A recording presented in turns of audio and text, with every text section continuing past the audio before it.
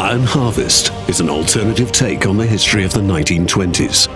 Taking inspiration from this time of industrial change, Iron Harvest's fictional states and characters find themselves in the aftermath of the Great War. Huge diesel-fueled machines, invented to serve humanity, have only lifted warfare to another level, and mankind has had to realize that the war that was supposed to end all wars has ended nothing.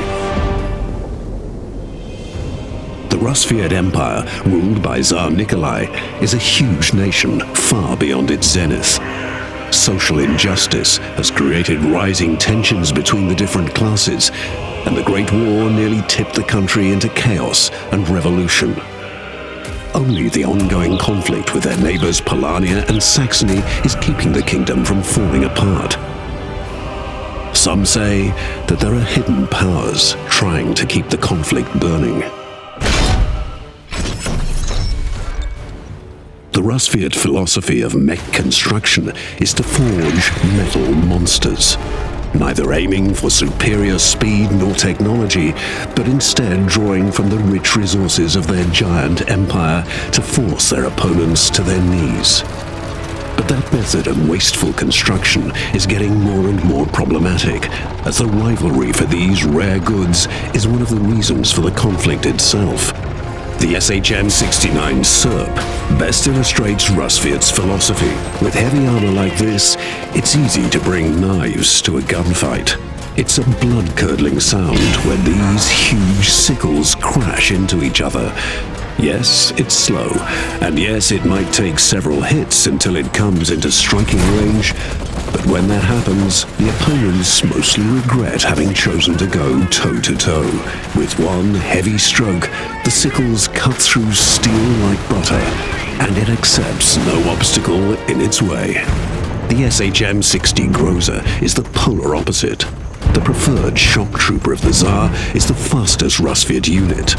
Even more, with its rocket jump ability, it is one of the most mobile units in the game, and always good for a bad surprise.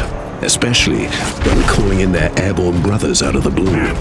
Fast in or fast out, these weakly armored exoskeletons are a problem for everyone without battlefield awareness. But enough about melee units. For the SHM-68 Nakovalnya, only a distant target is a good target.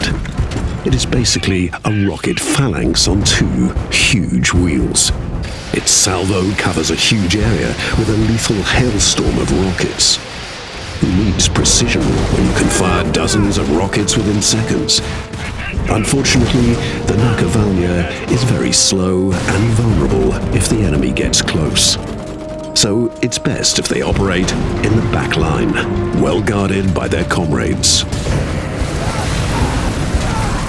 Olga Morozova is a Rusviet operative working tirelessly to protect the Tsar and Mother Rusviet from internal and external threats. On the back of her Siberian tiger Changa, she is able to quickly get behind enemy lines and take out critical targets.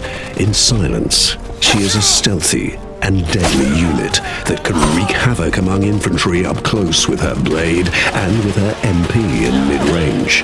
And she has even more tricks up her sleeve.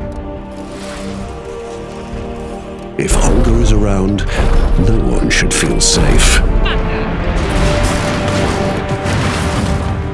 The Rusviet army is suffering from great losses. Many men have died in the ongoing skirmishes, and the Rusviet people are starting to question the motives of that conflict. Long Live the Tsar is still echoing in the streets, but dissatisfaction is growing among the people now that the outside threat is becoming more and more eliminated.